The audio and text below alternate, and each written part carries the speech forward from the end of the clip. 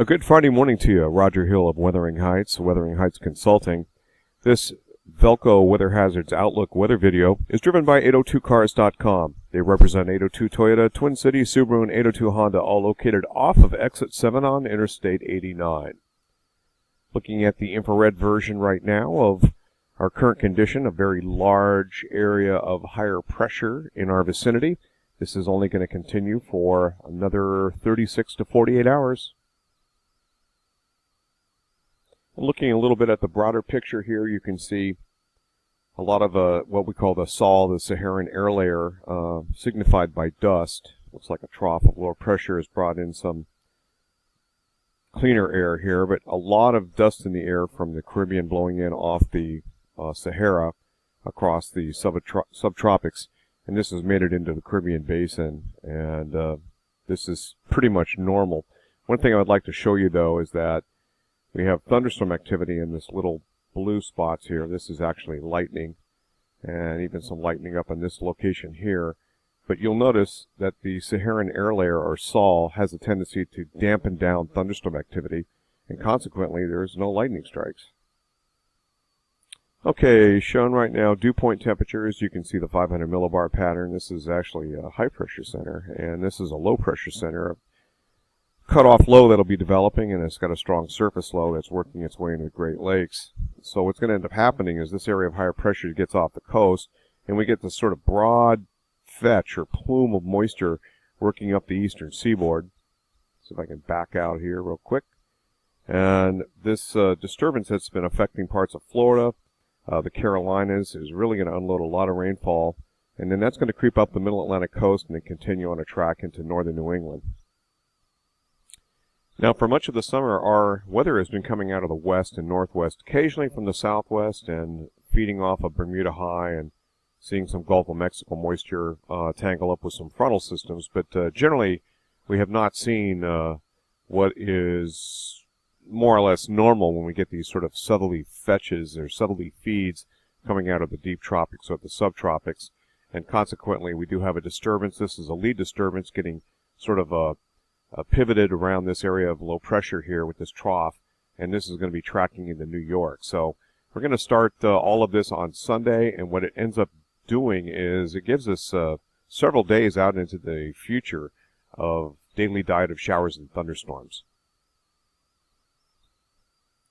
So just running these 6 hourly panels real quick from the European model really illustrates the point. Keep your eyes off North Carolina, the heavier precipitation here in the Outer Banks, heading up through Tidewater, Virginia, and then up the Middle Atlantic, and then cutting inland just a bit as it heads into New York.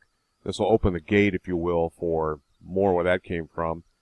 And you'll see a plume of moisture just continue, and it is associated with this Azores high and kind of a weak trough to the west. And this plume of moisture will be days upon days, as you can see. I'm just going to run the next 10 days here. You see, it really doesn't relent. We're at day 8. This is day 9. Finally, we get a little area of higher pressure and so forth. But oftentimes, we're going to see moisture come up from the southwest, which we have not seen for any length of time this entire summer. And that's partly why we've seen so much sunshine and several days of just excellent summer weather, almost a Mediterranean-like climate, but also rainfall deficiencies. Not a lot of hydrological sources. Well, this is all about to change with this kind of weather pattern change right now. GFS ensemble is not quite as optimistic, but you can see the general flows do go up. This particular period is kind of indicated, this is centered on Burlington, as not achieving as much rainfall as the European showing. I'm counting on this to be higher, maybe this a little bit lower, and kind of a stepladder of precipitation that will accrue over the portion of this this week. 7-day total rainfall speculations here. You can see that this being the 1-inch line, and we're getting pretty healthy up in these parts, greater than 2 inches. And this is the Weather Prediction Center 7-day total QPF. So you can see the main influences through the interior sections of the eastern seaboard. A little bit less for eastern New England as opposed to western New England, but Vermont should achieve some decent amounts of rainfall. And switching to temperature, the interesting thing to note here by proxy is that when you see minimum temperatures above 65 and especially around 70, you can always assume that we have a very moist environment. And temperatures get into the 80s. This is the GFS ensemble centered on Burlington once again, with the Champlain Valley being a little bit warmer. But our warmest days are going to be really today and secondarily on Saturday. The European model has knocked this down more in that sort of 75 to 80 realm. It can be just about anywhere, not too far from 80 as it looks right now. And you'll notice the minimum temperatures are something to really keep a close eye on. Both the European and the GFS ensemble here has raised those minimum temperatures and showing some very sultry nights ahead, but really not super hot days. And this can be illustrated just only 3 degrees above normal. This is only the day 1 through 5 max temperature, not the minimum. So 3 degrees above normal, and then 3 days later, we're looking at very similar conditions. Again, warm mins, cooler maxes. So once again, that Saharan dust layer is really going to tamp down any tropical activity, and indeed, this is what the latest indications are.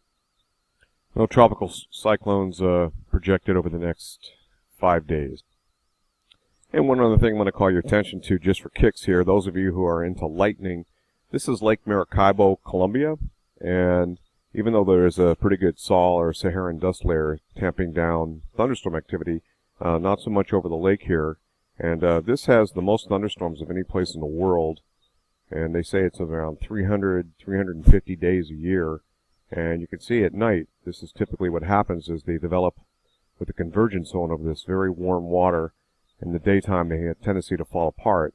And that's indeed what is happening. Lake Maracaibo, Colombia. This is Aruba right here. Roger Hill, Wuthering Heights. Thanks for watching.